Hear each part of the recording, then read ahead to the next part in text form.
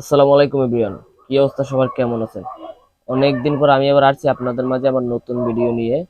আর আজকের ভিডিওতে আমি আপনাদের সাথে আলোচনা করব NH-ZT-Y6040 প্লেয়ারটা নিয়ে। আসলে আজকে দেখাবো এই প্লেয়ারটায় কি কি অপশন আছে, কিভাবে ব্লুটুথ কানেক্ট করবেন, কিভাবে রিমুভ করবেন, এবং এই প্লেয়ারটা সেল করা হবে। রিকন্ডিশন প্লেয়ার বাংলাদেশে একদিনও ইউজ হয়নি, আপনার গাড়িতে জাপান থেকে আসছে, খুইলা রাখা হয়েছে। এবং ভিডিও আউটপুট সহ একটা প্লেয়ার, আপনার যে গাড়িতে নোয়া গাড়িতে রিয়ার মনিটর আছে ওই গাড়িতেও লাগাইতে পারবেন আপনারা। Full fresh condition player. তো দেখাই আপনাকে প্লেয়ারটা কি কি অপশন আছে। প্লেয়ারটা এসডি কার্ড লোড দেওয়ার পরে এরকম অপশন আসবে, তারপরে আপনাকে কি করতে হবে দেখাই। প্লেয়ারটা কি কি অপশন আছে এগুলো দেখতে হলে অডিও বাটনে ক্লিক করতে হবে। তারপরে এই বাটনে প্লেয়ারটা অপশন আছে এম, এফএম, ডিক্স, এইচডি, টিভি, ব্লুটুথ। আপনার এই যে যে অপশন আছে এইগুলোর মতন একমাত্র টিভি অপশন বাদে আর যে অপশনগুলোই আছে আপনার সব অপশনই সাপোর্ট করবে। আবার যখন আপনি পিছন থেকে এইচডিএমআই কেবলটা লাগাবেন তখন এইচডিএমআইটাও সাপোর্ট করবে। আমি এখন আপনাদেরকে ব্লুটুথটা কানেক্ট করা এবং রিমুভ করে দেখাবো। ব্লুটুথ রিমুভ করতে হলে বা কানেক্ট করতে হলে আপনাকে মেনু বাটনে ক্লিক করতে হবে। মেনু বাটনে ক্লিক করলাম, তারপরে সেটিং এ ক্লিক করতে হবে, তারপরে ব্লুটুথ লেখায় ক্লিক করতে হবে।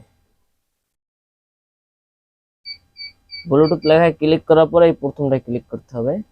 আপনার এই যে একটা ফোন কানেক্ট করা আছে বর্তমানে, তোরিক J4 3, আপনার এই একটা ফোন কানেক্ট করা আছে। আপনি যদি আরেকটা ফোন কানেক্ট করেন এই প্রথমটা ক্লিক করতে হবে।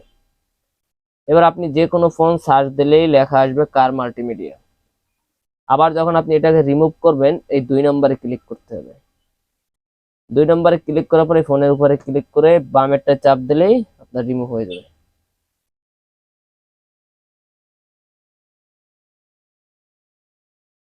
এই যে এতক্ষণ এই জায়গায় কিন্তু একটা ফোন কানেক্ট করা ছিল এতক্ষণ যাবত, এখন কিন্তু একটা ফোনও কানেক্ট নাই। আপনি যখন আবার এইটাই ক্লিক করবেন আবার এই এখন আসি এসডি কার্ড বা ডিস্ক দিয়ে আপনি কিভাবে প্লে করবেন। আপনাকে মেনু সিটিআর এ ক্লিক করতে হবে, ফ্লাইট এক্সিট। তারপর যদি অডিও এসডির জন্য খুলেন অডিও এসডি তে, ডিস্কের জন্য খুলেন ডিস্ক। আপনি অডিও এসডি তে খুললাম, কারণ প্লেয়ারটাই ফোল্ডিং করার পরে আপনার এইটা হলো অডিও এসডি কার্ডের জায়গা। আপনার এই জায়গায় অডিও এসডি কার্ড দিলেই আপনার এসডি কার্ডের অডিও ভিডিও সবই চলবে। আর এই পাশের এই ঢাকনাটা খুলে এটার ভিতরে আছে সফটওয়্যার এসডি কার্ড, যেটা ছাড়া আপনার প্লেয়ার রানিং হবে না। আবার যদি আপনি ডিস্ক দিয়েও গান চালান তাহলে এই যে ডিস্কের অপশন আছে, ডিস্কের অডিও ভিডিও সবই সাপোর্ট করবে।